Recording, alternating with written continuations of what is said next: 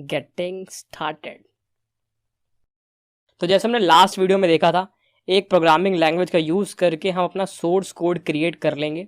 ठीक है, हमने सोर्स कोड क्रिएट कर लिया। अब हम चाहते हैं कि हमारा कंप्यूटर इसको समझ पाए। कंप्यूटर हमारे द्वारा लिखे गए सोर्स कोड को नहीं समझ सकता। कंप्यूटर सिर्फ ज़ीरोज़ एंड वंस की भाषा समझता है, जिसे हम बाइनरी लैंग्वेज बोलते हैं। हम क्या बोलते हैं? Binary language. तो इन दोनों के बीच में हमें कुछ चाहिए जो कि ट्रांसलेट करता हो। मान लेते हैं कि अगर मैं हिंदी बोलता हूँ और सामने वाले बंदे को फ्रेंच आती है, तो क्या मैं उसको हिंदी समझा पाऊंगा? नहीं। मुझे बीच में कोई ट्रांसलेटर चाहिए होगा जो कि हिंदी को फ्रेंच में कन्वर्ट करके उसको समझा दे। उसी प्रकार यहाँ पर हमें बीच में एक कंपाइलर चाहिए होगा जो कि इस सोर्स कोड को मशीन एग्जीक्यूटेबल फॉर्मेट में कन्वर्ट कर देगा। ठीक है, तो जब ये एग्जीक्यूटेबल फाइल क्रिएट कर देगा, एग्जीक्यूटेबल फॉर्मेट में एक फ़ाइल क्रिएट कर देगा, उसको यूज़ करके ये कंप्यूटर रन कर सकता है या एग्जीक्यूट कर सकता है। इस प्रकार से आपका कंपाइलेशन प्रोसेस होता है। ठीक है, तो सिंपल ऐसा नहीं है कि हमने लिखा कि भाई प्रिंट कर दे हेलो वर्ल्ड, उसको ज़ीरोज़ एंड वंस में कन्वर्ट करना पड़ेगा, उसके बाद जाके वो चलेगा। ठीक है, एग्जाम्पल दिखाते हैं आपको। हमने बोला कि भाई a is equal to 1, b is equal to 2 और ऐसा करो c is equal to a plus b, ये कर दो। तो क्या ये कंपाइलर को समझ में आएगा? नहीं आएगा। कंपाइलर को पता ही नहीं a क्या है, b क्या है, c क्या है, प्लस क्या क्या चल क्या रहा है, उसको नहीं पता। ठीक है, उसको क्या चाहिए? ये कंपाइलर के पास जाएगा, एक ये एग्जीक्यूटेबल फॉर्मेट बनेगा और ये कंप्यूटर के पास जाएगा जो कि ज़ीरोज़ और वंस के फॉर्म में होगा, और उसके बाद कंप्यूटर बोलेगा अच्छा ये तो मैं कर देता हूँ इस तरीके से। ठीक है, तो ये एक चीज़ है जिसका आपको पता होना चाहिए, ज्ञात होना चाहिए कि यार चल क्या रहा है। So that's why we need a compiler between your source code और आपका कंप्यूटर। ठीक है, ये कन्वर्जन वाला काम ही करता है और कुछ नहीं करता क्या। तो आपका जो कंपाइलर होने वाला है वो सबसे पहले तो ये ट्रांसलेशन हैंडल करेगा। ठीक है, जो मशीन को समझ में आता है वो ये करेगा। सेकंड चीज़, ये आपको मदद करेगा एरर निकालने में भी। अगर आपका कोई कंपाइल टाइम एरर है, कोई रन टाइम एरर है, तो आपको पता लग जाएगा। जब आप एग्जीक्यूट करोगे तो आपको पता लग गया कि यार ये पर्टिकुलर लाइन में दिक्कत आ रही है और ये दिक्कत आ रही है। ठीक है, तो हमें समझ में आ गया कि यार ये ट्रांसलेशन भी संभाल लेगा और ये एरर भी बता देगा हमको। ठीक है, तो ये आपका कंपाइलर का थोड़ा सा हमने आपको ओवरव्यू दे दिया। यहाँ पे आपको समझ में आ गया कंपाइलेशन प्रोसेस क्या होता है। अब प्रोग्राम लिखना शुरू करें। चलो आ जाओ। अब एक प्रोग्राम लिखने के लिए, रन करने के लिए, एग्जीक्यूट करने के लिए आपको एक IDE की नीड पड़ने वाली है। ठीक है, IDE क्या होता है भैया? ये आपका इंटीग्रेटेड डेवलपमेंट एनवायरनमेंट होता है। ठीक है, बहुत भारी नाम है, सिंपल शब्दों में समझाते हैं आपको। एक ऐसी जगह जहाँ पे आप कोड लिख पाएँ और उस कोड को एग्जीक्यूट कर पाएँ, उसको हम IDE बोल रहे हैं। ठीक है, बहुत सारे हो सकते हैं यार। आपका कोड ब्लॉक्स होता है, ठीक है, उसका आप यूज़ कर सकते हो। आपका VS कोड होता है, उसका आप यूज़ कर सकते हो। ऐसे बहुत सारे हैं। ठीक है, इंस्टॉल कैसे करना है, एक आप यूट्यूब वीडियो देखेंगे आपको पता लग जाए कैसे इंस्टॉल करना है। ठीक है, बाकी आजकल रिमोट IDs भी बहुत सारे हैं, तो आपको इंस्टॉल करने की नीड भी नहीं है। अगर आपने सुना हो REPL IT के बारे में, ठीक है, तो यहाँ पर आप सीधा जाके एक C++ फाइल क्रिएट कर सकते हैं और उसको रन कर सकते हैं अपना कोड करने के बाद। ठीक है, बहुत आसान होता है। अगर आपने रिकर्जन इन वन शॉट वाली वीडियो देखी होगी तो आपको आइडिया होगा। ठीक है, बहुत आसान चीज़ होती है। एक बार आपको मैं फिर भी दिखा देता हूँ। तो एक बार आपको दिखा देता हूँ। हम यहाँ पर टाइप कर लेते हैं REPL IT। यहाँ पर आप देख सकते हैं। तो मान लेते हैं कि मुझे C++ की एक फ़ाइल क्रिएट करनी है। मैंने क्या बोला? क्रिएट रेपल मैंने बोला C++ की रेपल बना दो और मैंने उसको टाइटल दे दिया कि भाई सैम्पल, और क्रिएट कर दिया। ठीक है, अब यहाँ पर ये खुल जाएगा और यहाँ पर ये खुल जाएगा। अब मैं अगर रन करके देखूँ तो आप देख सकते हो कि यार यहाँ पे कोड चल रहा है। ठीक है, तो यहाँ पे भी आप अपना कोड कर सकते हो अगर आप चाहो तो। ठीक है, मैं यहाँ पे VS कोड का यूज़ कर रहा हूँ ताकि आपको स्टेप बाय स्टेप समझा सकूँ। ठीक है, अब हम शुरू कर रहे हैं हमारे फर्स्ट प्रोग्राम के साथ, जिसका नाम हमने रखा है नमस्ते दुनिया। नमस्ते दुनिया। तो आईडी का बेसिकली ये रहता है यार, अगर मैंने आपको बोला कि कोई भी आप रैंडम यूट्यूब वीडियो देख लो और वहाँ से इंस्टॉल कर लो, कुछ बच्चों को दिक्कत आ सकती है, तो वो REPL IT वाला ऑप्शन यूज़ कर सकते हैं, जहाँ पे आप सिंपल अपना REPL क्रिएट करके कोड करो और एग्जीक्यूट करो। ठीक है, दोनों ऑप्शन आपके पास है। कहीं फंसते हो कमेंट में बता देना, मैं हेल्प कर दूंगा। नमस्ते दुनिया क्यों भैया? नमस्ते मतलब हेलो हो गया, दुनिया मतलब वर्ल्ड हो गया। तो हेलो वर्ल्ड तो सब करवाते ही हैं, हम तो नमस्ते दुनिया करवाएंगे। ठीक है, शुरू करते हैं प्रोग्राम की शुरुआत। हमने फ्लो चार्ट्स में क्या देखा था? हमने फ्लो चार्ट में ये देखा कि यार फ्लो चार्ट में शुरुआत हमेशा स्टार्ट से होती थी। तो हमें पता होता था कि यार यहाँ से मेरा प्रोग्राम स्टार्ट हो रहा है। तो जब मैं कोड लिख रहा हूँ तो कंपाइलर को पता होना चाहिए कि मुझे स्टार्ट कहाँ से करना है। ठीक है, तो स्टार्ट कहाँ से करना होता है, इंट मेन से सब कुछ स्टार्ट होता है, ये चीज़। ठीक है, इसको रन करके देखते हैं एक बार। डन, एग्जीक्यूट हो गया, कोई एरर नहीं आया। ठीक है, अब हुआ क्या है आपको यहाँ समझाते हैं एक बार। हमने क्या लिखा है, इंट मेन,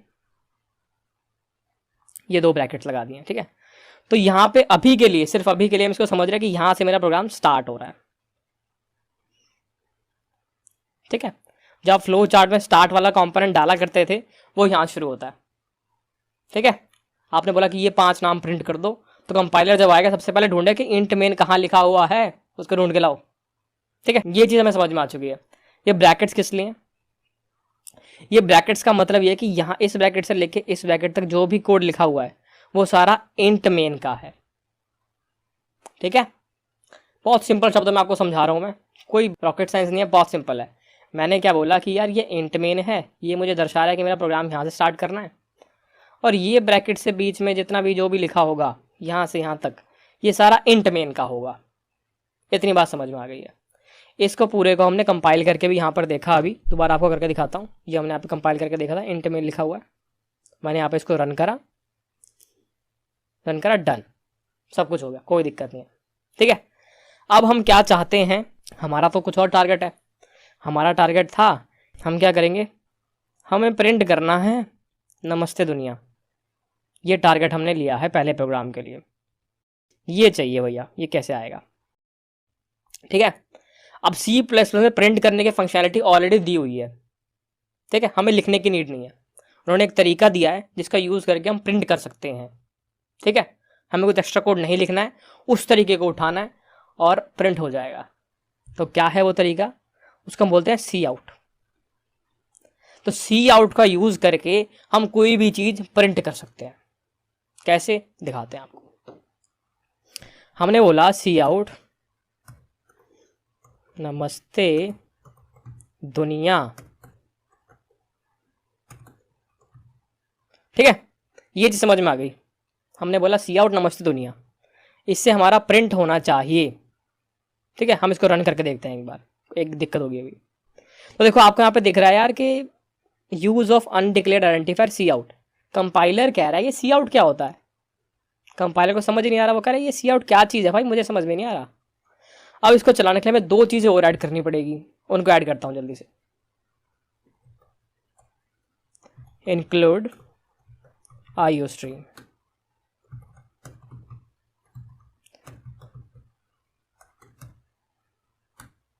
तो ये 2 चीज़ें मैंने अभी ऐड करी है, क्या होता है अभी डिस्कस करते हैं। एक बार चला के देखते हैं आपकी चलता है कि नहीं चलता। इसको मैं क्लियर कर देता हूँ, इसको मैं रन करता हूँ। नमस्ते दुनिया, तो हमने नमस्ते दुनिया प्रिंट कर लिया है, हमने अपना पहला प्रोग्राम रन करवा लिया सक्सेसफुली। अब चल क्या रहा है एक बार समझते हैं। तो हमने यहाँ पर क्या बोला, इंक्लूड करो आईओ स्ट्रीम।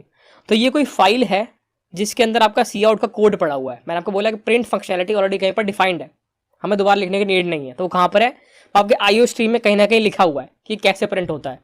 हमें कोई इंटरेस्ट नहीं है इसको जानने में। ठीक है, तो हमने वो कोड को यहाँ पे इंक्लूड कर लिया। अब जब हमने इस कोड को इंक्लूड कर लिया तो हम सी आउट यूज़ कर पाएंगे। अब ये इस लाइन का क्या मतलब है, हमने बोला कि यार मुझे ना एसटीडी वाला नेम स्पेस यूज़ करना है। अच्छा, ये क्या होता है भैया। तो C++ में ज़्यादा डेप्थ में नहीं जाएंगे, बहुत सारे नेम स्पेसेस होते हैं। ठीक है, हमने क्या बोला, एक मान लो कि इस नेम स्पेस में सी आउट है, एक इसमें सी आउट है। हमने क्या बोला कि यार मुझे एसटीडी वाला नेम स्पेस जो है ना उसका सी आउट यूज़ करना है। ठीक है, जो एसटीडी वाला नेम स्पेस है उसका सी आउट मुझे यूज़ करना है। ठीक है, तो यहाँ पर हमने उस मेथड को, उस पूरी फाइल को इंक्लूड कर लिया। यहाँ हमने बता दिया कि हम एसटीडी वाला नेम स्पेस यूज़ करेंगे। यहाँ मैंने बोला कि प्रिंट कर दो नमस्ते दुनिया को। ठीक है, ये क्या चीज़ है भैया, ये कैसे ऑपरेटर्स हैं, समझाना एक बार। ठीक है, तो अब हम जानना चाह रहे हैं कि यार इनका क्या मतलब है। ये 2 साइन यहाँ पर बने पड़े हैं लेस देन के, इनका क्या मतलब है, किस लिए हैं ये। तो सी आउट के साथ हम इसको यूज करते हैं to write on to standard output. अगर आपको कोई भी चीज़ डिस्प्ले करवानी होती है एसटीडी नेम स्पेस के अंदर, तो आप इन साइन का यूज करते हैं। अगर मान लो गलती से आपने इसको इस तरीके से लिख दिया तो ये आपको कंपाइलेशन एरर दे देगा, समझे। तो आपको कोई भी चीज अगर आउटपुट करवानी है सी आउट के साथ, आपको हमेशा इस ऑपरेटर का यूज करना पड़ेगा। तो ये आपका ऑपरेटर बेसिकली डिस्प्ले कराने के लिए, राइट करने के लिए यूज होता है। ठीक है, ये हमारा टेक्स्ट है जो हमें डिस्प्ले कराना था। यहाँ पे आप कुछ भी लिख सकते हैं कि मैं लव बब्बर हूँ। आपने इसको रन कर दिया तो आप देख सकते हैं यहाँ पे मैं लव बब्बर हूँ आ गया। ठीक है, ठीक है। उसके बाद हमने क्या बोला, हमने बोला कि फिर दोबारा सेम ऑपरेटर आ गया, यानी यहाँ पे ये जो कुछ एंडल नाम की कोई चीज़ है, इसको हम फिर दोबारा कुछ डिस्प्ले या फिर प्रिंट कराना चाह रहे हैं। एंडल क्या होता है भैया, तो एंडल का क्या मतलब है, एंड एल का मतलब है नई लाइन या फिर एंटर, आप समझ सकते हैं आसान भाषा में। आप जब भी वर्ड डॉक्यूमेंट में लिख के एंटर मारते हैं तो क्या होता है, नई लाइन पे पहुंच जाते हैं। तो इस एंड एल का मतलब वही है, ये आपके कर्सर को अगली लाइन पर पहुंचा देगा। मान लेते हैं मैंने नहीं डाला होता, तब क्या होता, हटाते हैं इसको। आपका कोड कुछ इस तरीके का होता, इसको मैं क्लियर कर देता हूं, रन करते हैं।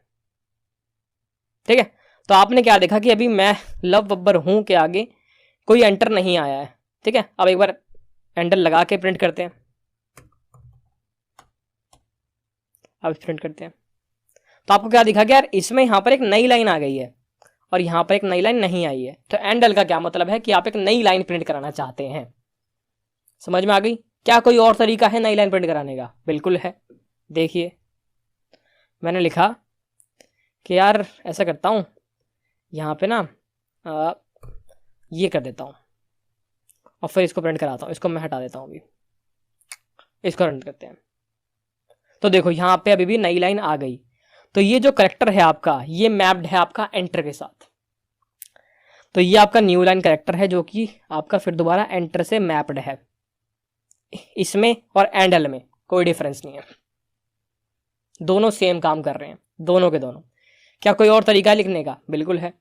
अगर मैं इसको यहां से हटा दूं और यहां लिख दूं, क्या ये चलेगा? जब बिल्कुल चलेगा। इसको मैं हटा देता हूं, पहले रन करते हैं। फिर से एंटर आ गया एक बार और। ठीक है, तो इस तरीके से भी इसको किया जा सकता है। क्या मैं इसको यहां से हटा दूं और अगर ऐसे लिख दूं,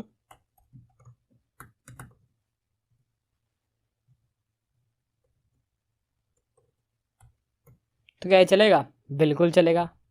क्लियर, रन अगेन, फिर दोबारा नई लाइन आ गई। तो हमें ये चीज़ समझ में आ चुकी कि हाँ एंडल लिख सकते हैं या फिर ये मैं स्पेशल कैरेक्टर यूज़ कर सकता हूँ और यहाँ से बात बन जाएगी। ठीक है, मेजॉरिटी लोग एंडल यूज़ करते हैं। ठीक है, नई लाइन के लिए तो आप भी इसको यूज़ कर सकते हैं, सेम, ज़्यादा मेहनत नहीं है। तो आप ये चीज़ समझ सकते हैं। ठीक है भैया, ये भी समझ में आ गया। अभी एंडल के बाद ये सेमी कॉलन है, ये किस लिए है? सेमी कॉलन ये आपकी लाइन को एंड करने के लिए है। जैसे इंग्लिश में होता है ना यार, आपका सेंटेंस कंप्लीट हो गया, आपने डॉट लगा दिया, फुल स्टॉप लगा दिया कि हाँ ये खत्म हो गई, तो ये भी यहाँ पे वही सिग्निफाई करता है। आपके कंपाइलर को ये बताता है कि भाई ये स्टेटमेंट खत्म हो गई है, ये वाली स्टेटमेंट यहाँ पे खत्म हो गई है, अब इसके आगे फिर अगली स्टेटमेंट शुरू होगी। तो वही चीज़ ये कह रहा है, सेमी कॉलन। तो यहाँ पे हमें हमारा पहला प्रोग्राम समझ में आ चुका है।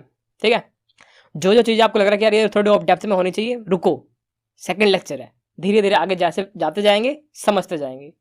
एक बार में सारी चीज़ लाके नहीं रख दूंगा आपके सामने, जिस जिस चीज़ की जरूरत पड़ती जाएगी वो चीज़ हम समझते जाएंगे। ठीक है, तो यहाँ पे हमारा पहला प्रोग्राम बन चुका है जिसका नाम हमने रखा है नमस्ते दुनिया। रन कर देते हैं इसको एक बार, चल गया। ठीक है, तो नमस्ते दुनिया वाला प्रोग्राम बिल्कुल रेडी है। हमने समझ लिया कि यार एक हेडर फाइल इंक्लूड करनी होती है। नेम्स पे सभी हम एसटीडी वाला यूज़ कर रहे हैं। हेडर फाइल क्यों यूज़ करें? क्योंकि ये सी आउट का जो कोड होगा वो इसके अंदर कहीं पड़ा होगा। इंट मेन के जो टोटल एग्जीक्यूशन है वो इस ब्लॉक के अंदर है, जो भी होगा वो सब इंट मेन का होगा। ये मैंने एक स्ट्रिंग लिख दी है। स्ट्रिंग क्या होता है ये आपको आगे बताता हूँ। मतलब ये चीज़ हम डिस्प्ले कराना चाहते थे, अभी तक इतना समझते हैं, और उसको हमने यहाँ पे लिख दिया डबल इन्वर्टेड कोमा के अंदर। सिंगल में क्यों लिखा भैया, ये भी हम आगे समझेंगे अभी। एंडल मतलब नया लाइन, सेमीकोलन मतलब लाइन एंड। डन, इतना हम समझ चुके हैं अब तक। अब धीरे धीरे आगे बढ़ते हैं यार। ठीक है, एक एक करके चीज़ों को समझना शुरू करते हैं। अब कुछ नए कॉन्सेप्ट आपके सामने आने वाले हैं और बहुत बहुत इंटरेस्टिंग कॉन्सेप्ट है यार। हम बात करेंगे डेटा टाइप्स के बारे में और वेरिएबल्स के बारे में।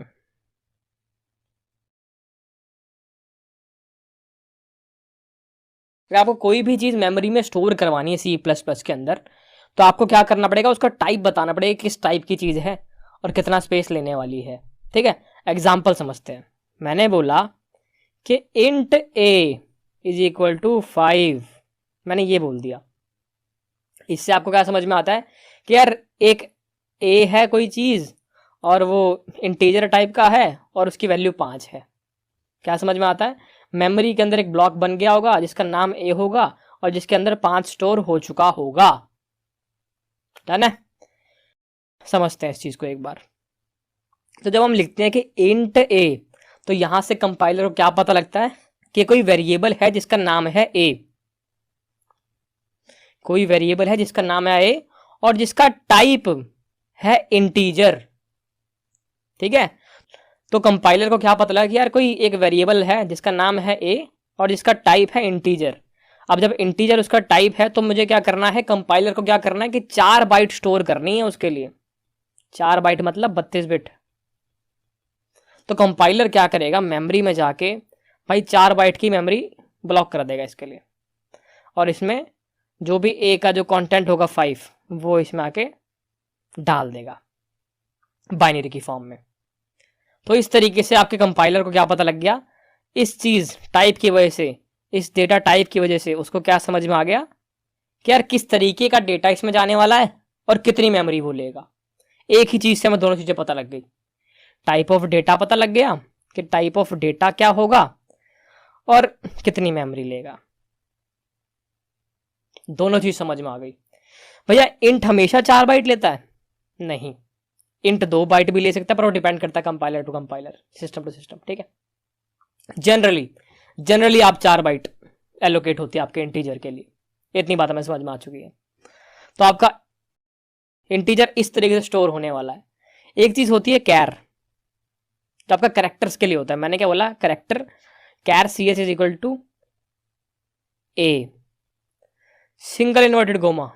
तो इसका क्या मतलब है कि करेक्टर जब भी हमें दर्शाना होगा हम सिंगल इन्वर्टेड कोमा में दर्शाएंगे। हमने समझा दिया यहाँ पे कि भाई char ch is equals to a semicolon. मैंने क्या बोला कि मेमोरी में भाई एक ch नाम का वेरिएबल बना दो और उसके अंदर a स्टोर कर दो। ये हुआ है बिहाइंड द सीन्स। ठीक है, तो ये ch मेरा वेरिएबल नेम है, कैर मेरा डेटा टाइप है जो कि दर्शाता है कि कैरेक्टर की फॉर्म में होगा। ठीक है, और क्या बताता है, जब भी कैर होगा तो मेमोरी में 1 बाइट में आपको डेटा सेव करना है। 1 बाइट मतलब 8 बिट। तो आपका डेटा जो a है वो इसके अंदर 1 बाइट की फॉर्म में सेव हो जाएगा। ये हमारा कैर होता है। और भी बहुत सारी चीज़ें हमारे पास। एक चीज़ होती है बूलियन आपने सुना होगा, जो कि दर्शाता है 2 वैल्यूज, ट्रू फॉल्स, 1 0। तो ये हमें पता लगता है यार, जब भी हमें कुछ बताना कंडीशन में कि यार हाँ या ना, ट्रू या फॉल्स, तो बूलियन का प्रयोग होता है जो कि आपका 1 बिट का होता है बस। तो मेमोरी में 1 बिट स्टोर होगी। मैंने बोला कि यार बूल b इज इक्वल टू 1, तो यहाँ पे 1 स्टोर हो जाएगा b के लिए। ठीक है, आगे चलते हैं। मैंने बोला float f is equals to 1.2। इसका मतलब क्या है कि जब भी आपके फ्लोटिंग पॉइंट नंबर होंगे तो आपका फ्लोट डेटा टाइप यूज होगा, जिसमें आपकी 8 बाइट स्टोर होती है। आपने बोला कि f है और 1.2 डाल दे, इस तरीके से आपका स्टोर हो गया। ठीक है, मैंने बोला double d is equals to 1.23, same 8 byte d 1.23 done. इस तरीके से कुछ डेटा टाइप्स हैं जो कि काम कर रहे हैं, कितना कितना स्पेस ले रहे हैं और किस टाइप का डेटा स्टोर कर रहे हैं वो आपको पता लग गया अब तक। ठीक है, अब धीरे धीरे आगे बढ़ते हैं और चीज़ों को डेप्थ में समझने की कोशिश करते हैं। अब मैंने क्या बोला, जो वेरिएबल्स की हम बात कर रहे हैं ये एक वेरिएबल नेम है। अब वेरिएबल नेम की भी कन्वेंशन होती है, कुछ रूल्स होते हैं कि मुझे क्या क्या नाम में रख सकता हूँ। आप छोटे लेटर यूज़ कर सकते हैं, आप बड़े लेटर यूज़ कर सकते हैं, आप नंबर यूज़ कर सकते हैं,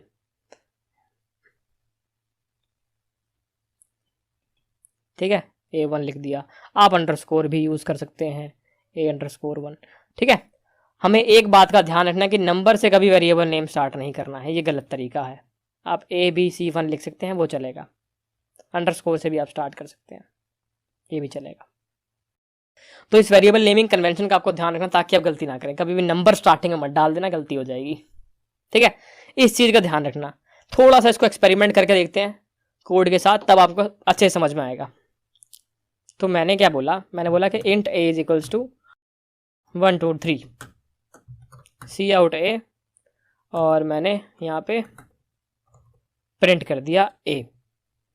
तो हमें यहाँ पे क्या समझ में आ रहा है, हमने क्या लिखा है, हमने बोला कि int a is equal to 1 2 3 123, और इसको हमने यहाँ पे सी आउट कर दिया, प्रिंट करा दिया, और यहाँ पे एक नई लाइन, ठीक है, एंडल लिख दिया, रन। तो यहाँ पे 1 2 3 प्रिंट हो गया, इंटीजर है, ठीक है, बहुत बढ़िया। हमने क्या लिखा, char a is equals to v डाल दिया हमने इसके, चलो ठीक है, हमने इसको प्रिंट कर दिया। इसमें गलती है, अभी देखना, हमने यहाँ प्रिंट कर दिया, प्रिंट करते हैं। अब यहाँ पे गलती हो गई यार, इसने बोला रीडेफिनेशन ऑफ a, इसने बोला यार प्रीवियस डेफिनेशन यहाँ पर है, ठीक है। तो हमें क्या दिखा यहाँ पे कि मैंने a को बोल दिया कि ये इंट है, फिर मैंने यहाँ पे a को बोल दिया कि ये कैर है, तो कंपाइलर को समझ नहीं आ रहा कि चल क्या रहा है ये। यहाँ पे हम गलती कर गए हैं, तो हमें इसको सुधारने के लिए भी दूसरा नाम देना पड़ेगा। मैंने इसको b बोल दिया मान लो, और यहाँ b करके प्रिंट करा दिया। अब चला के देखते हैं, अब देखो v आके प्रिंट हो गया बहुत आसानी से, किसी को कोई दिक्कत नहीं, सही चल रहा है एकदम, ठीक है। अब इस a को अलग अलग डेटा टाइप के साथ कैसे यूज करना है, कैसे कर सकते हैं, उसको हम अगले लेक्चर्स में देखेंगे। अभी के लिए इतना समझ में आ गया कि हम यहाँ पे गलती कर रहे थे और उसको हमने ठीक कर दिया, ठीक है। आगे चलते हैं। हमने बोला bool bl is equal to true, हम ट्रू भी लिख सकते हैं, हम 1 भी लिख सकते हैं, दोनों सेम चीज़ है, ट्रू 1 फॉल्स 0, ठीक है। रन करते हैं, 1 2 3 हमने प्रिंट नहीं किया, प्रिंट करते हैं, इसको प्रिंट करते हैं, इसको क्लियर कर लेते हैं एक बार। 1 आ गया। तो हम जब भी बूल को प्रिंट करेंगे, अगर ट्रू होगा तो 1 प्रिंट हो जाएगा, अगर फॉल्स है तो 0 प्रिंट हो जाएगा, ठीक है। आगे चलते हैं। मैंने बोला float f is equals to 1.2, मैंने बोला प्रिंट कर दो, ठीक है। आप स्पेस देंगे तो भी चलेगा, नहीं देंगे तब भी चलेगा। अब यहाँ पे 1.2 प्रिंट हो गया, ये भी अच्छा चल रहा है, सही चल रहा है। Double d is equals to 1.23 c out d, run करते हैं, 1.23 सब अच्छे से चल रहा है, ठीक है। अब एक चीज होती है साइज ऑफ, ये आपको दर्शा देगी कि यार कौन सी चीज कितना स्पेस ले रही है। एग्जाम्पल के लिए हमें क्या पता है कि इंट जो है वो 4 बाइट लेता है, तो हम चेक करते हैं कि a का साइज क्या है, साइज ऑफ a। अब इस साइज ऑफ a को हमें कहीं पे स्टोर करना पड़ेगा। हमने बोला कि साइज, हमने एक वेरिएबल बनाया, इसका नाम साइज दे दिया, और उसमें a के साइज को स्टोर कर लिया। अब इसको प्रिंट करा के देखते हैं। हमने बोला कि साइज ऑफ a इज, और यहाँ पे हमने लिख दिया a। अब देखते हैं क्या आंसर आता है। ओह, साइज ऑफ a इज 123। गलती करी हमने कहीं पे, कहाँ गलती करी सोचो एक बार।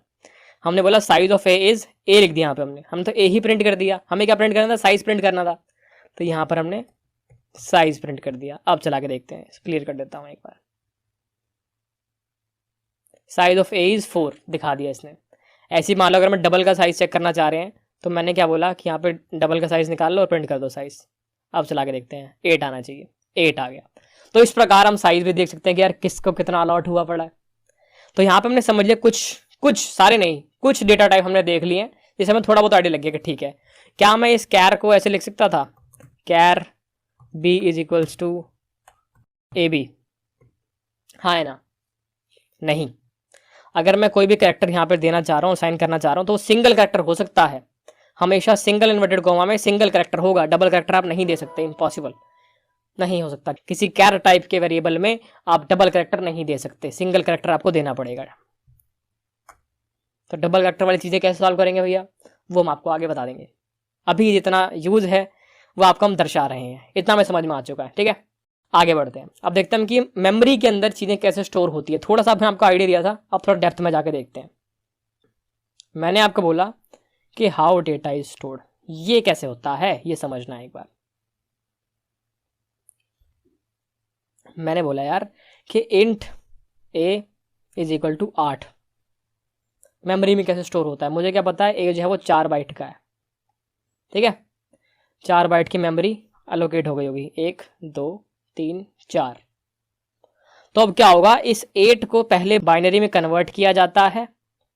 जब इस 8 को आप बाइनरी में कन्वर्ट करते हैं तो वो आएगा 1000, ठीक है। ये तो 4 बिट है सिर्फ, और यहाँ पर तो टोटल 32 बिट्स है। यहाँ 8 है, यहाँ 8 है, यहाँ 8 है, यहाँ 8 है।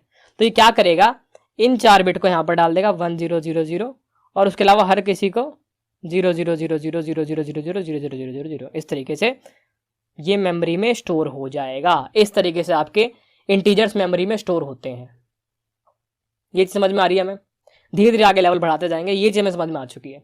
अब मान लेते हैं कि int a is equal to 5, तो 5 का बाइनरी तो 101 होता है, ठीक है। तो ये तो 3 ही बिट है, और यहाँ पर तो टोटल 32 बिट की फॉर्म में स्टोर होगा मेमोरी के अंदर। तो क्या होगा कि लास्ट की 3 बिट 101 हो जाएगी, और बाकी की 29 बिट जो है वो सारी 00000000 हो जाएगी। इस तरीके से आपका काम होता है। एक प्यारा सवाल दिमाग में आ रहा होगा, ठीक है भैया ये तो पॉजिटिव नंबर्स हैं, 5 है आपका, 8 है, अगर कोई नेगेटिव नंबर हुआ तब क्या करोगे? पता कैसे लगेगा नेगेटिव नंबर है, और स्टोर कैसे होता है? यहाँ पे थोड़ी गेम है, यहाँ पे एक कैच है, ये हम पकड़ेंगे, इसमें थोड़ी और डेप्थ में जाएंगे अभी, ठीक है। इसको भी रखते हैं, आगे बढ़ते हैं। हमने बोला कि कैर CH इज इक्वल्स टू ए। भैया नंबर तो आपने कन्वर्ट कर लिया था बाइनरी में, इसको कैसे करोगे?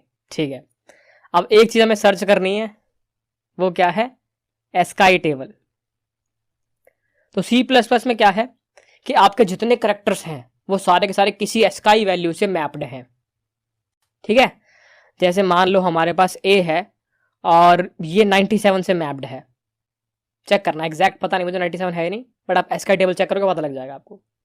तो आपको अगर ये 97 से मैप्ड है तो करना क्या है, ये 97 है, इसको हम कन्वर्ट कर लेंगे बाइनरी में, और उसको हमने स्टोर करा लिया। सिंपल है। अब कैर क्या होता है? 1 बाइट का होता है, यानी कि 8 बिट्स हो गई आपकी। अब इन सब में जीरोज या वंस डलेंगे। तो आप यहाँ पर क्या करने वाले हो, जो भी आपकी कैरेक्टर की एस्काई वैल्यू होगी उस एस्काई वैल्यू को बाइनरी में कन्वर्ट करके आप यहाँ पर डाल दोगे। इस तरीके से आपका कैरेक्टर स्टोर होता है। समझ में आ गई? बहुत बढ़िया। आपका होमवर्क क्या है? एस्काई टेबल सर्च करना है, एक बार देखने में कैसा होता है। ये होमवर्क है आपका।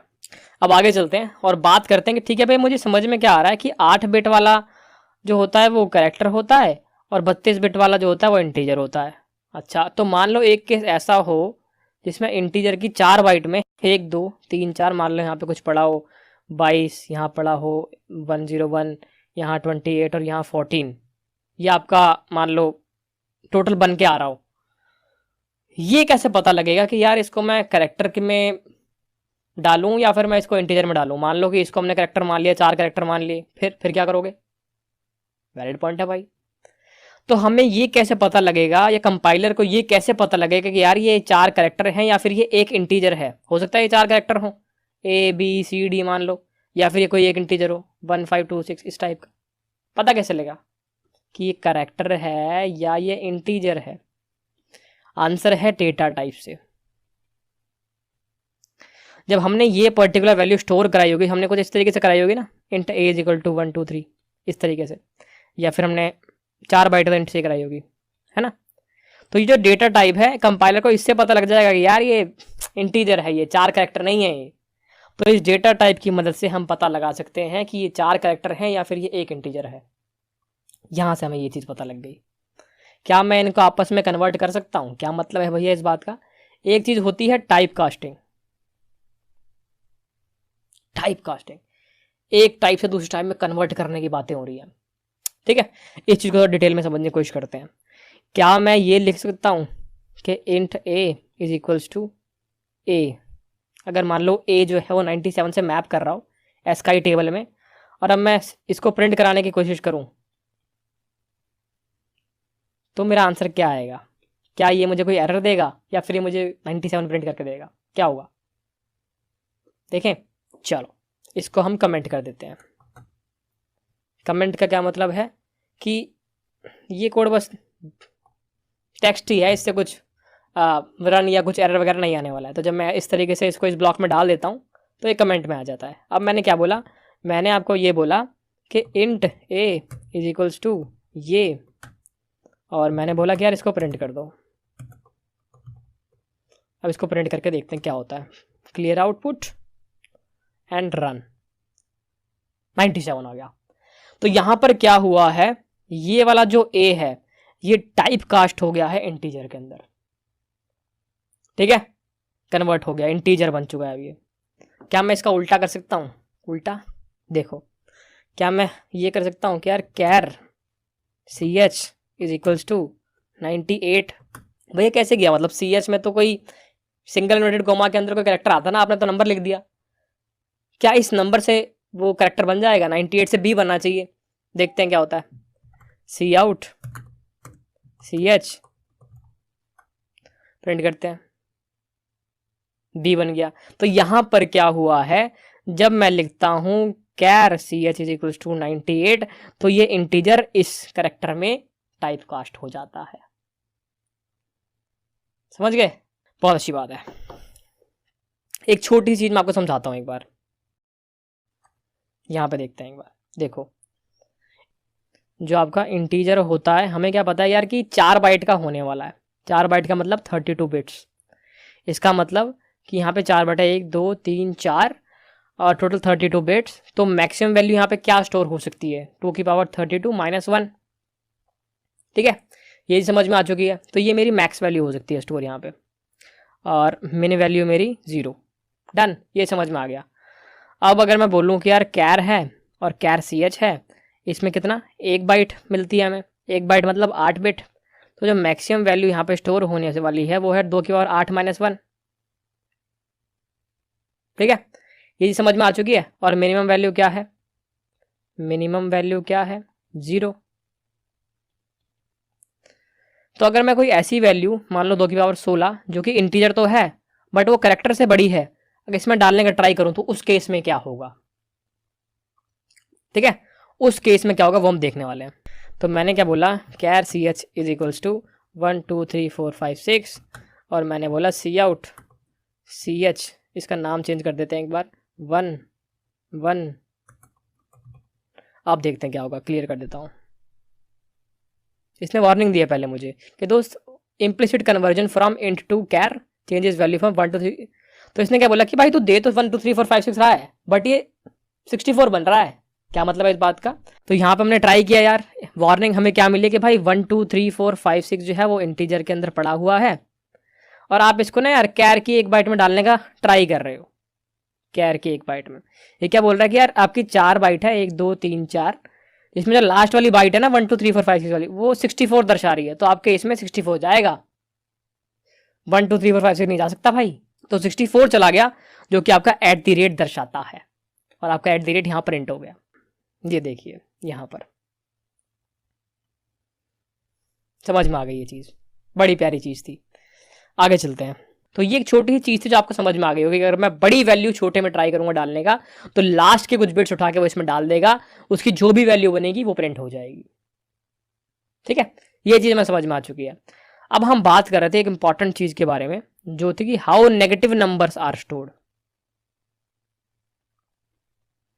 ठीक है, बहुत सिंपल चीज़ है, बहुत सिंपल। जो भी आपकी फर्स्ट बिट होगी वो दर्शाएगी कि आप नेगेटिव हो या आप पॉजिटिव हो। अगर आप पॉजिटिव नंबर हो तो आपकी फर्स्ट बिट 0 होगी, अगर आप नेगेटिव नंबर हो तो आपकी फर्स्ट बिट 1 होगी। समझ में आ गई ये चीज़ हमको? बहुत आसान है। तो अगर हम ये समझना चाहते हैं कि इनको स्टोर कैसे किया जाता है, तो बड़ा ही प्यारा तरीका है यार इनको स्टोर करने का, वो समझाता हूँ मैं आपको। कोई भी नेगेटिव नंबर है, मान लेते हैं कि -5 है, अगर मुझे इसको स्टोर करना तो कुछ सीरीज ऑफ स्टेप्स है जो मुझे फॉलो करने ही पड़ेंगे। पहला, ignore the negative sign, ignore कर दिया, ये बचा 5। Second, convert into binary representation. इसको जीरोज और वंस में कन्वर्ट करके दिखा दो एक बार यार। वो हो गया 101 और स्टार्टिंग में जितने भी होगा वो 0000 हो जाएगा, क्योंकि 4 बाइट का होता है ना इंटीजर। ये तो आपके 3 ही बिट बन रही है बस, इसलिए। अगला क्या कहता है कि यार टेक टूज कॉम्प्लीमेंट और स्टोर कर लो। Take two's complement and store. अब टूज कॉम्प्लीमेंट क्या चीज़ है भैया, समझते हैं इस चीज़ को। अगर मान लो मुझे इसका टूज कॉम्प्लीमेंट लेना है, ठीक है, तो कैसे होगा? पहले वंस कॉम्प्लीमेंट लेना पड़ेगा। वो कैसे होता है? आपको बस बिट एक्सचेंज करनी है, 0 को 1 बनाना है, 1 को 0 बनाना है। तो क्या होगा? 0 1 0 और बाकी सारे 0 तो 1 1 1 1 1 1 1 1 1 ऐसे करके बन जाएगा। अब टूज कॉम्प्लीमेंट कैसे लेना है? कुछ नहीं करना, आपको बस वंस कॉम्प्लीमेंट में एक 1 ऐड कर देना है। तो होगा 0 1 1 और बाकी सारे 1 1 1 1 1 1 1। तो ये क्या है कि पहली बिट आपको दर्शा रही है कि यार 1 है, यानी नेगेटिव नंबर है, ठीक है। तो आपने इस तरीके से इसको स्टोर कर लिया। अगर मुझे इसको प्रिंट कराना है फिर क्या करना पड़ेगा भैया? मान लो अगर int a is equal to -5 था, तो इसको प्रिंट कैसे कराऊं? अब ये तो हमने बना लिया इतना खतरनाक सा, प्रिंट कैसे पता लगेगा कि -5 है या नहीं है? डिस्प्ले कैसे कराना है वो देख लेते हैं। तो अगर मुझे नेगेटिव नंबर को डिस्प्ले कराना है, बहुत सिंपल है, सिंपल टूज कॉम्प्लीमेंट ले लो और कुछ नहीं करना। करके दिखाएं? चलो, हमारे पास क्या पड़ा है 4 बिट में, लास्ट में है 0 1 1 और बाकी सारे 1 1 1 1 1 1 1 1 1 1 1 पड़े हुए हैं। मैंने बोला वंस कॉम्प्लीमेंट दियो भाई। वंस में क्या करना है? 1 का 0 0 का 1, ये हो गया 1 0 0 और बाकी सारे 1 जो हैं वो 0 0 0 0 हो जाएंगे इस हिसाब से, ठीक है। मैंने बोला टूज कॉम्प्लीमेंट निकालियो भाई। टूज कॉम्प्लीमेंट में बस आपको +1 करना होता है। तो ये क्या हो गया? 0 0 0 0 और लास्ट में आपका 1 0 1 0 0 0 0 0 0 0। स्टार्टिंग में जब ये नंबर आपके पास आया था, आपने ये उठाई थी और आपको पता लग गया था कि यार ये नेगेटिव नंबर है क्योंकि 1 है। एंड में जब आपने निकाला तो इस पूरे की जो वैल्यू है डेसिमल में 5 आ गई। तो जब आप प्रिंट कर देंगे तो प्रिंट में आपको यहाँ से पता लगा नेगेटिव नंबर है, यहाँ से पता लगा 5 है, तो आपने -5 प्रिंट कर दिया। बहुत आसान, समझ आ चुका होगा पूरा, ठीक है। जब स्टोर करना है तो भाई इस तरीके से स्टोर करो, जब प्रिंट करना है तो भाई इस तरीके से प्रिंट कर दो। समझ आ चुकी है आपको ये वाली चीज़। अब हम आगे बढ़ सकते हैं। अभी आपको क्या समझ में आ चुका है कि यार कंपाइलेशन प्रोसेस कैसा था, कन्वर्ट करना पड़ता है। आपको समझ में आ गया कि यार नमस्ते दुनिया वाला प्रोग्राम कैसे बनाते हैं, वो समझ में आ गया। आपने हर लाइन बाय लाइन समझ लिया कि इस लाइन का क्या मतलब है। आपने समझ लिया यार कि डेटा टाइप्स कैसे कैसे होते हैं, थोड़े बहुत देख भी लिए, ट्राई भी करके देख लिए। आपने बाइनरी रिप्रेजेंटेशन में कैसे चीज़ें स्टोर होती है वो भी समझ लिया। आपने वेरिएबल देख लिए कैसे बनते हैं, कन्वेंशन क्या क्या होती है। आपने नेगेटिव नंबर और पॉजिटिव नंबर वाली एनालॉजी भी समझ ली, ठीक है। तो अब हमें क्या पता लगा यार, इतना जो हमने देखा कि हमें टूज कॉम्प्लीमेंट इतना मेहनत क्यों करनी पड़ रही है। अगर हम चाहते तो हम ऐसे भी तो कर सकते थे कि पहली बिट 0 है और दूसरी बिट 1 है, बाकी जो भी नंबर हो इसको मैं हमेशा पॉजिटिव नंबर मान लूँगा, इसको मैं हमेशा नेगेटिव नंबर मान लूँगा और बात खत्म हो गई, सिंपल खत्म। बट यहाँ पर मेरी मैक्सिमम वैल्यू क्या होगी? यहाँ मेरी मैक्सिमम वैल्यू क्या होगी? 31 बिट्स बची, क्योंकि पहली बिट यहाँ लग गई। 2 की पावर 31 - 1। यहाँ पर मेरी मिनिमम वैल्यू क्या बन पा रही है? -2 की पावर 31 - 1, ठीक है। एक चीज़ यहाँ पर अगर आप ध्यान से पकड़ पाएँ तो वो ये है कि एक ऐसी रिप्रेजेंटेशन होगी जब यहाँ 0 होगा और यहाँ 1 होगा और यहाँ 0 0 0 0 0 और 0 0 0 0। ये दर्शा रहा है आपका 0, ये दर्शा रहा है आपका -0 जो कि 0 ही होता है। तो एक नंबर जो कि 0 है उसको दिखाने के लिए आप 2 रिप्रेजेंटेशन का यूज़ कर रहे हैं। आपकी 2 रिप्रेजेंटेशन वेस्ट हो रही है एक सिंगल नंबर को दिखाने के लिए, 0 - 0 सेम। क्या मैं इस एक रिप्रेजेंटेशन को बचा सकता हूँ? उसको बचाने की सारी लड़ाई है। तो उस लड़ाई के लिए हमने टूज कॉम्प्लीमेंट वाला तरीका निकाला है। तो इससे हमें क्या फ़ायदा होगा? पहले जो हमारी रेंज ऊपर हम देखें -2 की पावर 31 - 1 से लेके 2 की पावर 31 - 1 तक आ रही थी, अब वो रेंज क्या हो जाएगी? तो अब उस रेंज को हमने कन्वर्ट करके कर लिया है -2 की पावर 31 से 2 की पावर 31 - 1। यहाँ पे हमने एक रिप्रेजेंटेशन को बचाने के लिए ये पूरी कहानी लिखी हुई है, ठीक है। क्या ये बहुत इंपॉर्टेंट है? इंटरव्यू पॉइंट ऑफ व्यू से नहीं, बट अगर आपको अंडरस्टैंडिंग है तो अच्छी बात है। समझ में आ चुका है बेसिकली हमें, ठीक है। तो ये पूरी कहानी थी यार आपके नेगेटिव नंबर को स्टोर करवाने की। आगे चलते हैं। डिफॉल्ट जो होता है यार,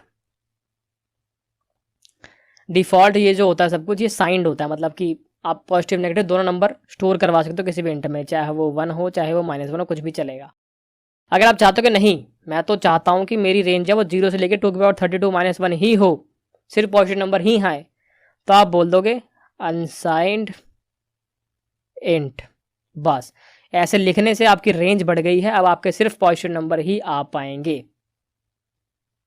ट्राई करें, चलो इसको कमेंट कर देता हूँ। मैंने बोला अनसाइंड इंट a = 1 2।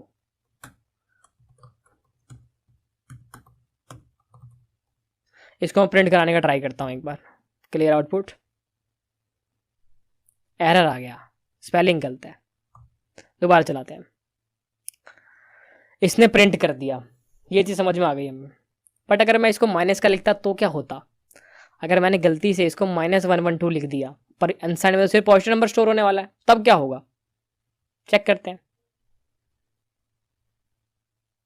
एक बहुत ही बड़ा नंबर आ जाएगा। आप यहाँ पे देख पा रहे हो एक बहुत बड़ा नंबर जनरेट हो गया। समझे इस बात को? देखो अब यहाँ पर क्या हुआ है कि आपने बोला कि यार -112, सबसे पहले -112 की रिप्रेजेंटेशन आ जाएगी। मान लेते हैं कि यहाँ पे कुछ कुछ वेरिएबल आ गया 1101 इस तरीके से, अभी हम एग्जैक्टली निकाल रहे हैं। और यहाँ पे शुरू में 00000 होगा।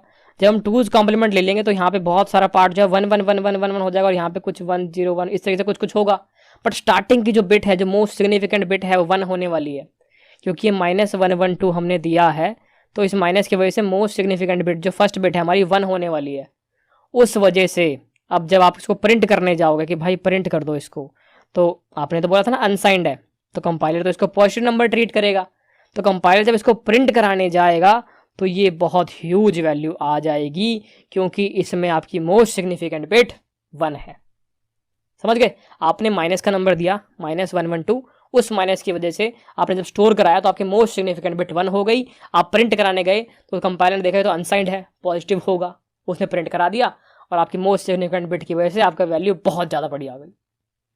ये कहानी हो गई। तो इस वजह से अगर आप कभी अनसाइंड में नेगेटिव नंबर देंगे तो ये गलती हो जाएगी, इसको सुधारना है, ये हमें प्रिवेंट करने की ऐसी गलती ना करें। ठीक है, तो ये चीज़ हमें समझ में आ चुकी है।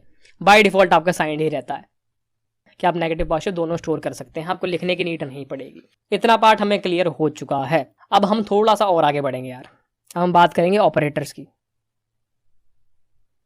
ऑपरेटर्स, स्टॉक मार्केट वाले नहीं, चलो छोड़ो, नॉर्मल ऑपरेटर्स की बात कर रहे हैं। जैसे कि आपने एक ऑपरेटर तो ऑलरेडी जब हम फ्लो चार्ट बना रहे थे तब देख लिया था, वो था मॉडुलस ऑपरेटर, इसको हम मॉडुलो ऑपरेटर बोलते हैं। आपने एरिथमेटिक ऑपरेटर देखे होंगे बहुत सारे, आपने फ्लो चार्ट में प्लस भी देख लिया होगा, हम प्लस भी बहुत टाइम से यूज़ कर रहे हैं।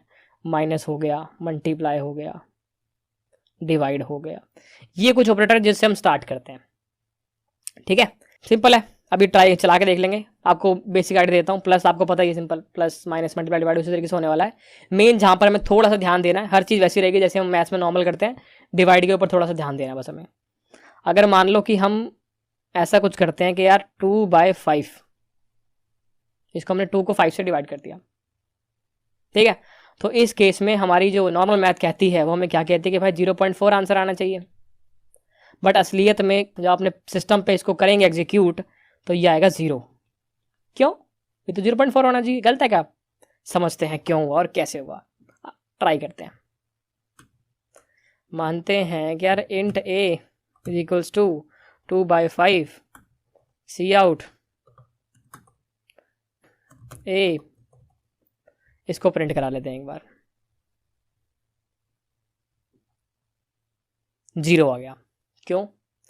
आपको इस चीज़ का ध्यान रखना है कि जब भी आप इंट बाय इंट करेंगे, कोई भी इंटीजर को इंटीजर से डिवाइड करेंगे, जो आपका आंसर आएगा वो भी इंटीजर ही आएगा। जब आपका आंसर 0.4 आता है तो उसको इंटीजर में कन्वर्ट करके 0 आपका स्टोर हो जाता है। कोई तरीका भैया इससे बचाने का?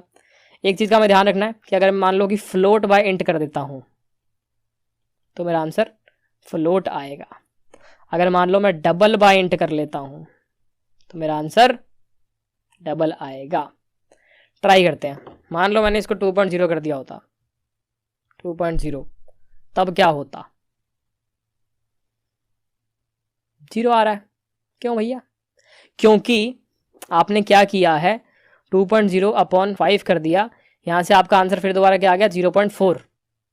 बट आपने क्या बोला है, आपने बोला है int a is equal to 0.4। तो जब 0.4 में से आप इस इंटीजर में स्टोर कराएंगे तो फिर दोबारा 0 आ जाएगा। समझे? दिखाता हूँ आपको कैसे। आपने यहाँ पे ए प्रिंट कर लिया। अब मान लो मैं यहाँ पे सीधा ये प्रिंट कर देता, मैं बोलता कि यार सी आउट कर दो 2.0/5, प्रिंट करके दिखाओ। देखो यहाँ पे 0.4 आ गया। पहले क्यों नहीं आया? क्योंकि हम डेटा को एक इंटीजर में डाल रहे थे, तो यहाँ पे आंसर में इंटीजर ही आएगा, फ्लोटिंग पॉइंट नंबर नहीं आएगा। मान लो मैंने इसको फ्लोट में डाला होता, तब क्या होता? अब दोनों में आ गया। मान लो मैंने इसको डबल में डाला होता, अब क्या होगा? अभी भी आ गया। मैंने आपको क्या बोला था कि जब फ्लोट बाइंड करोगे तो फ्लोट आएगा, और जब डबल बाइंड करोगे तब डबल आएगा। तो इस तरीके से हमें समझ में आ गया कि यार डिवाइड ऑपरेटर में जब भी हम लगा रहे हैं तो दिमाग का इस्तेमाल जरूर करना है, बहुत ज़्यादा इंपॉर्टेंट है, इस चीज़ का ध्यान रखना है अपने को हमेशा। ठीक है, अब आगे चलते हैं, कुछ और ऑपरेटर्स देखते हैं। ये तो नॉर्मल आपको आइडिया होगा यार, प्लस माइनस मल्टीप्लाई इसमें कुछ खास है नहीं। एक प्रोग्राम हम बना लेंगे तो उससे आपको आइडिया लग जाएगा, अभी थोड़ा आगे जाएंगे तो बनाते जाएंगे। ठीक है, कुछ होते हैं रिलेशनल ऑपरेटर्स। रिलेशनल ऑपरेटर्स जैसे इक्वल टू, इसके अंदर आ गया आपका greater than, less than, greater than equal to, less than equal to, not equal to, ये सब आपके रिलेशनल ऑपरेटर के अंदर आ जाएंगे। मान लेते हैं कि आपको कंपेयर करना है कि दो नंबर इक्वल हैं या नहीं है। आपने बोला कि a इज इक्वल टू 3 है और b इज इक्वल टू 4 है। मुझे चेक करना है कि यार a और b इक्वल है या नहीं है, a इक्वल टू b है या नहीं है। तो मैं कैसे करूँगा, a is equal to b, इसका यूज़ करके चेक कर लूँगा। मुझे चेक करना है कि a बड़ा है तो इस तरीके से चेक कर लिया, छोटा है इस तरीके से चेक कर लिया, ग्रेटर देन इक्वल टू है, लेस देन इक्वल टू है, क्या आपस में इक्वल नहीं है। इस तरीके से इन कंडीशंस को मैं अप्लाई कर सकता हूँ। इम्प्लीमेंट करके देखते हैं एक बार। मैंने बोला int a is equal to 2, int b is equal to 3। मैंने बोला कि bool first is equals to, कि भाई चेक करियो a is equal to b है कि नहीं। हम देखते हैं क्या होता है।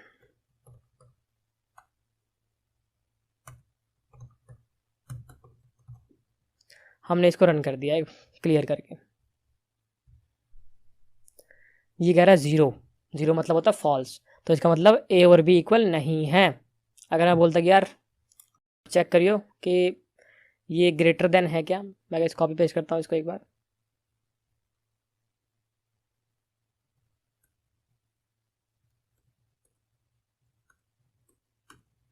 मान लो मैं इसको बोलूँ सेकेंड, इसको बोलूँ थर्ड, इसको बोलूँ फोर्थ। इसमें मैं चेक कर रहा हूँ कि यार ये ग्रेटर देन है, यार ये लेस देन है, यार ये ग्रेटर देन इक्वल टू है,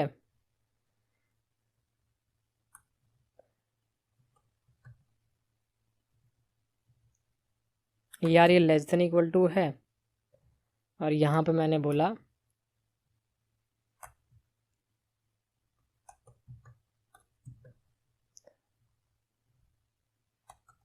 ठीक है। तो ये सारी चीज़ें मैंने प्रिंट करा दी है, इनको ट्राई करते रन करके एक बार। फर्स्ट कहती है क्या ये इक्वल है, ये कहता है 0, फॉल्स, नहीं इक्वल नहीं है क्योंकि 2 और 3 है। क्या a b से बड़ा है, नहीं क्योंकि ये तो 2 है ना, 0 आ गया। क्या a b से छोटा है, जी हाँ ट्रू है, 1 आ गया। क्या a greater than equal to है, गलत, 0 आ गया। क्या ये लेस देन इक्वल टू है, बिल्कुल सही, 1 आ गया। क्या ये दोनों आपस में इक्वल नहीं है, ट्रू, इक्वल नहीं है। तो इस तरीके से हमने रिलेशनल ऑपरेटर भी समझ लिया, हमें आइडिया लग गया इस चीज़ के बारे में, ये चीज़ भी समझ में आ चुकी है हमें। अब और भी टाइप के ऑपरेटर्स होते हैं आपके यार, जैसे मान लो हम बोलते हैं int a is equal to 3, तो यहाँ पे जो इज इक्वल टू आप यूज़ कर रहे हो ये आपका असाइनमेंट ऑपरेटर हो गया एक तरीके से, आपने a में 3 की वैल्यू असाइन कर दी है। ठीक है, आपके पास और भी ऑपरेटर्स होते हैं जैसे कि आपके लॉजिकल ऑपरेटर्स, इसमें आपका एंड और नॉट, कैसे क्या मतलब है इस बात का। आपको कोई मल्टीपल कंडीशन को साथ में एग्जीक्यूट करना है। मैंने बोला कि अगर आप 23 साल के हो और आपकी हाइट 6 फुट है और आपका वज़न 80 केजीज है तो आप फिट हो। तो आपको मल्टीपल कंडीशन साथ में चलानी है, एंड वाली कंडीशन, ये सारी चीज़ें होनी चाहिए तभी मैं आपको फिट मानूंगा। तो हम इस ऑपरेटर का यूज़ करेंगे। मैंने बोला कि अगर आप 23 के हो या फिर 6 फुट के हो या फिर 80 किलो के हो तो आप ठीक ठाक हो, नॉर्मल हो। तो इनमें से कोई एक भी कंडीशन चल जाएगी तो मैं बोल दूँ कि आप ठीक ठाक नॉर्मल हो। एंड सारी कंडीशन होनी चाहिए और कोई भी एक चल जाए। नॉट नेगेशन ये कैसे यूज़ होगी? आपने कोई भी नंबर दिया, मैंने बोला नॉट ऑफ ए मान लो 23 था, तो ये क्या कर देगा? 0 कर देगा इसको। ट्रू का फॉल्स बना देगा, फॉल्स का ट्रू बना देगा, सिंपल। ठीक है, तो ये चीज़ हमें समझ में आ चुकी है। एक बार चला के देखना पड़ेगा बार, ठीक है? तो इसको चला के देखते हैं। मैंने बोला int a is equals to 21 और मैंने बोला कि यार इसका नॉट प्रिंट कर दे एक बार। क्या आंसर आना चाहिए? कायदे से 0 आना चाहिए। 0 आ गया। अगर मैं इसको 0 बोलता तो क्या होता? 1 आता। 1 आ गया। तो इस तरीके से हम यहाँ पर गेम चला रहे हैं। हमने बोला कि 2 कंडीशन सेटिस्फाई होनी चाहिए तभी मजा आएगा। तो इस प्रकार आपके ये चीज़ें चलती हैं, ठीक है? अब आगे चलते हैं। आगे आपके कुछ बिट वाइज ऑपरेटर भी होते हैं, बिट वाइज ऑपरेटर, जो मैं आपको अभी नहीं बताऊंगा। आगे सेशंस में वो यूज़ होने वाले हैं, मैं तभी आपको बताऊंगा। सारी चीज़ें एक बार डाल के नहीं रख देंगे, जब किस चीज़ का यूज़ पड़ेगा उसको तब आपको सिखा देंगे, ठीक है? इतना हम सीख चुके हैं कि भाई ऑपरेटर क्या होते हैं, यूज़ कैसे करना है, डिवाइड के टाइम सतर्क रहना है, रिलेशनल ऑपरेटर कैसे यूज़ किए जा सकते हैं, नॉट क्या होता है, नेगेशन क्या होता है, सब कुछ सीख चुके हैं। अब आगे बढ़ते हैं। तो इतना समझ में आ चुका है। हमें समझ में आ गया इस सेशन के दौरान कि भाई कंपाइलेशन प्रोसेस क्यों ज़रूरी होता है। उसके बाद हमें ये समझ में आया कि यार फर्स्ट प्रोग्राम हमने कैसे बनाया। क्या बनाया? नमस्ते दुनिया, ठीक है? इतना हमने कर लिया। आगे चलते हैं। हमने देखा कि यार हर लाइन का मतलब क्या होता है कोड के अंदर, क्या मतलब, क्यों लिख रहे हैं हम, रीज़न क्या है पीछे छुपा हुआ, उसको लिखने का। रट्टा नहीं मारना है, समझना है चीज़ों को। हमने समझ लिया। कुछ डेटा टाइप्स हमने देख लिए कि हाँ ठीक है ये कुछ चीज़ें होती हैं। हमने कुछ वेरिएबल्स देख ली, हमने वेरिएबल नेमिंग की कन्वेंशन देख ली, हमने कैसे स्टोर होते हैं मेमोरी के अंदर, पॉजिटिव नंबर हो या नेगेटिव नंबर हो कैसे स्टोर किए जाते हैं, साइंड अनसाइंड क्या होता है, साइंड अनसाइंड क्या होता है, ये सब हमने समझ लिया, ठीक है? हमने ये समझ लिया कि यार ऑपरेटर क्या होते हैं। ऑपरेटर हमने एरिथमेटिक ऑपरेटर देख लिए, हमने रिलेशनल ऑपरेटर देख लिए, हमने लॉजिकल ऑपरेटर देख लिए, बिटवाइज हम बाद में देखेंगे। हमने असाइनमेंट ऑपरेटर देख लिया। तो ये हमने इस पर्टिकुलर सेशन में समझा है। आपको मुझे कमेंट्स में बताना है कि भैया समझ आया और मज़ा आया या फिर समझ नहीं आया, तो हम सुधारेंगे चीज़ों को, ठीक है? आप बताएंगे कैसे चल रहा है, तभी और मोटिवेशन आएगी हमें करने के अंदर, नहीं तो फ़ायदा नहीं है ना? इतना समझ में आ चुका है। आगे बढ़ेंगे। कंडीशन, लूप्स और बहुत सारे पैटर्न्स आपको सिखाने वाले हैं। बहुत मज़ा आने वाला अगले लेक्चर के अंदर। इस लेक्चर में इतना ही। मिलेंगे आपसे अगली वीडियो में। बताना जरूर है कमेंट्स के अंदर कि कैसा लगा। अच्छा लगा तो बताओ अच्छा लगा, बुरा लगा तो बताओ बुरा लगा है। आपको करना क्या है होमवर्क के अंदर? आपको होमवर्क के अंदर ये सारी चीज़ें जो भी मैंने आपको कराई है ये सारी प्रैक्टिस करके देखनी है एक बार कि ठीक